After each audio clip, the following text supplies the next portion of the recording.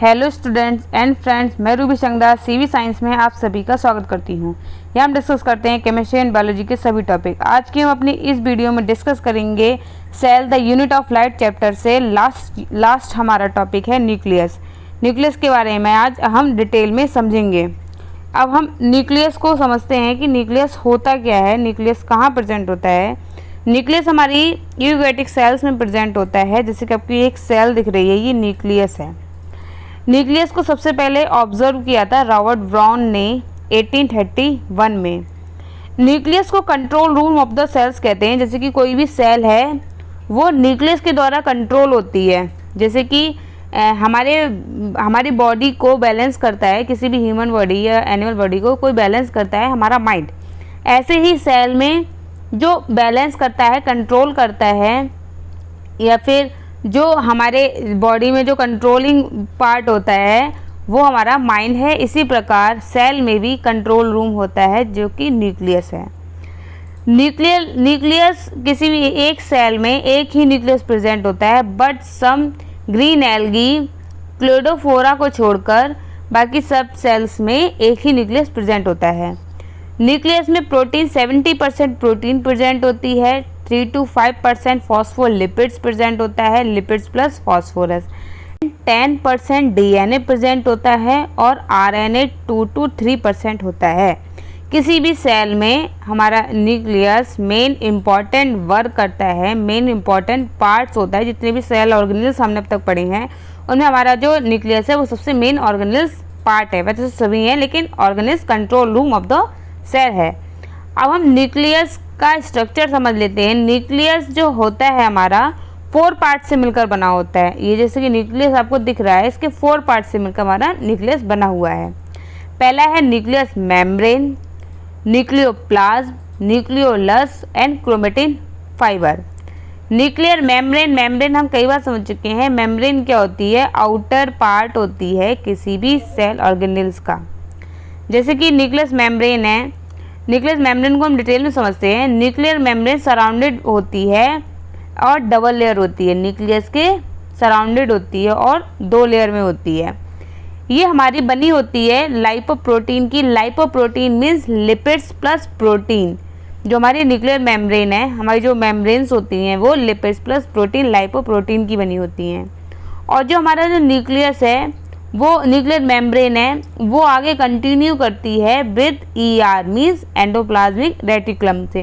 जो हमने endoplasmic reticulum समझा था, जो न्यूक्लियस मेम्ब्रेन से निकला हुआ था, वो हमारे न्यूक्लियर मेम्ब्रेन की आउटर मेम्ब्रेन उसको कंटिन्यूस करती है। न्यूक्लियस मेम्ब्रेन के सरफेस पर जब से न्यूक्लियस है हमारा, इसके बीच बीच में पार्ट में हमारे न्यूक्लियोपोर प्रेजेंट होता है। मतलब छोटे छोटे छिद्र प्रेजेंट होते हैं जिनका वर्क होता है इंटरकनेक्शन बिटवीन न्यूक्लियोप्लाज्म साइटोप्लाज्म। जो हमारा जो सेल होती है उसमें हमारा साइटोप्लाज्म होता है और न्यूक्लियस में होता है हमारा न्यूक्लियोप्लाज्म। जो न्यूक्लियोपोर होते हैं, जो न्यूक्लियस मेम्ब्रेन के सराउंडेड न्यूक्लियस पोर होते हैं, वो न्यूक्लियोप्लाज्म साइटोप्लाज्म को मिक्सिंग का, इंटरकनेक्शन का वर्क करता है।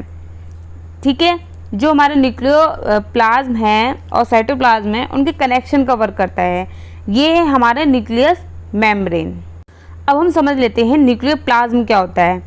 जैसे कि हमारे न्यूक्लियस है ये, जैसे कि आपको ये जो स्ट्रक्चर दिख रहा है न्यूक्लियस का, ऊपर है आउटर मेम्ब्रेन जो कि एंडोप्लाज्मिक रेटिकुलम को आगे बढ़ा रही है, एंडोप्लाज्मिक रेटिकुलम में आगे कन्वर्ट हो रही है। एंडोप्लाज्म जो हमारे न्यूक्लियस मेम्ब्रेन की आउटर मेम्ब्रेन है उसके ऊपर लगे हुए हैं राइबोसोम्स। अब जो हमारा न्यूक्लियस मेम्ब्रेन है उसके बीच बीच में जो आपको जो गैपिंग दिख रही है वो न्यूक्लियोपोर कहलाती है। अब हमारा न्यूक्लियोप्लाज्म जो आपको डॉटेड स्ट्रक्चर दिख रहा है वो हमारा न्यूक्लियोप्लाज्म है। न्यूक्लियोप्लाज्म न्यूक्लियस का लिक्विड मटेरियल होता है।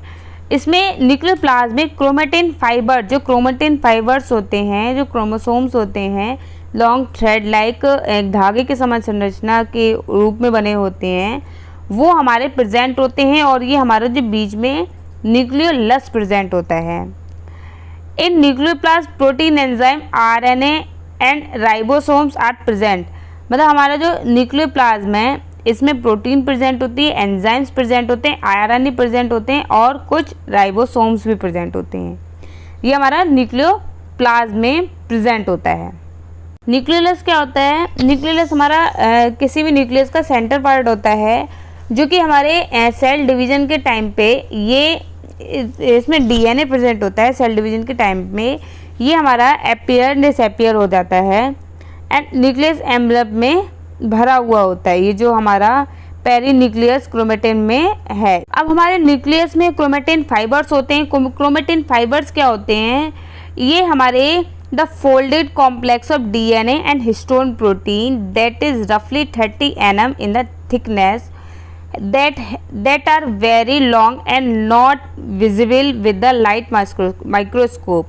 ये जो हमारा जो क्रोमेटिन फाइबर्स होते हैं वो कॉम्प्लेक्सली होते हैं, डीएनए के स्ट्रैंड होते हैं, इनमें डीएनए प्रेजेंट होता है। जैसे कि ये एक थ्रेड लाइक स्ट्रक्चर है, हमारे न्यूक्लियस में छोटे छोटे थ्रेड लाइक स्ट्रक्चर होते हैं। जब हमारा सेल डिवीज़न होता है तो ये हमारे थ्रेड लाइक स्ट्रक्चर जैसे ये थिक होते जाते हैं और विजिबल होते जाते हैं, माइक्रोस्कोप में दिखने लगते हैं, विजिबल होते जाते हैं। और जो हमारे क्रोमेटिन फाइबर्स हैं वो क्वाइल्ड हो जाते हैं, क्वाइलिंग स्ट्रक्चर बना लेते हैं, जो हमारे सेल डिवीज़न में आगे हेल्प करते हैं। सेल डिवीज़न में डीएनए की रेप्लिकेशन भी करते हैं और जो कि जेनेटिक मटेरियल को कंटेन करते हैं। आगे क्रोमोसोम का फॉर्मेशन करते हैं। क्रोमोसोम हम सभी जानते हैं, क्रोमोसोम हमारे ह्यूमन बॉडी में या फिर एनिमल बॉडी में जेनेटिक मटेरियल इन्फॉर्मेशन होता है। अब क्रोमोसोम्स ये क्रोमोसोम्स का स्ट्रक्चर आपको दिख रहा होगा। क्रोमोसोम्स में स्ट्रैंडेड पाए जाते हैं, आर्म्स पाई जाती हैं। ये जो आपको जो रेड कलर के पार्ट दिख रहे हैं ये आर्म है। जो हमारे क्रोमेटिन फाइबर्स होते हैं वो आके जाके जो थिक होके क्रोमोसोम में कन्वर्ट होते हैं। क्रोमोसोम्स में हमारी जो 4 आर्म्स दिख रही हैं आपको, short arms and long arms, इनको short arm and long arm कहते हैं। नीचे जो बड़ी वाली आर्म है इन्हें लॉन्ग आर्म और ऊपर छोटी वाली आर्म को शॉर्ट आर्म। ये हमारी जो long arm and short arm बीच में सेंट्रोमियर द्वारा जुड़ी हुई होती हैं, सेंट्रोमियर का द्वारा जुड़ी हैं, जिसमें हमारे डीएनए भी प्रेजेंट है। अब जो हमारा जो क्रोमोसोम्स है इन आर्म के बेसिस पर 4 टाइप का होता है।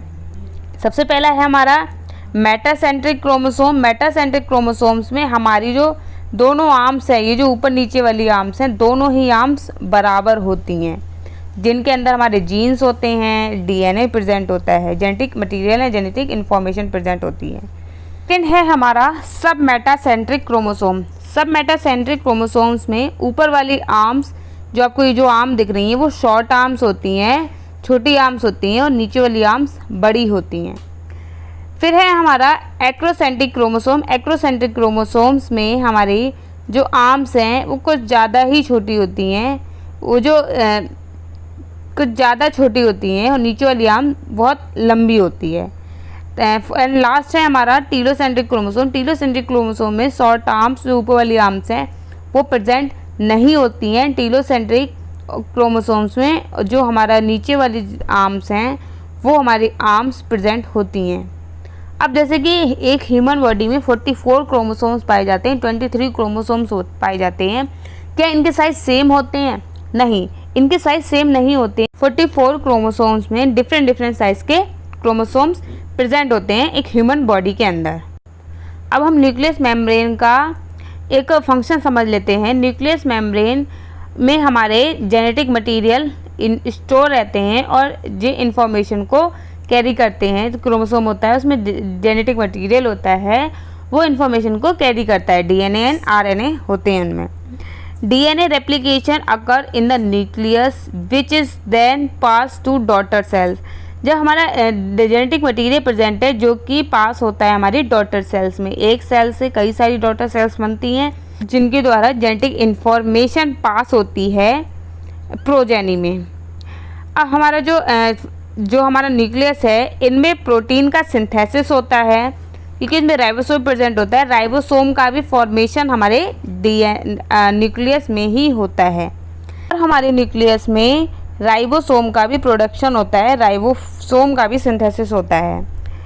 अब it is selectively transportation of regulatory factor and energy molecules through nuclear pore. जो एनर्जी सेलेक्टिवली न्यूक्लियर पोर द्वारा सेलेक्टिवली फैक्टर्स और एनर्जी मॉलिक्यूल्स एंटर हो पाते हैं न्यूक्लियर पोर के द्वारा। उम्मीद करती हूँ आपको ये वीडियो अच्छे से समझ आया होगा। अगर वीडियो अच्छी लगे तो प्लीज़ लाइक कीजिए, ज़्यादा से ज़्यादा लोगों में शेयर कीजिए एंड सब्सक्राइब कीजिए। Thank you for watching my video.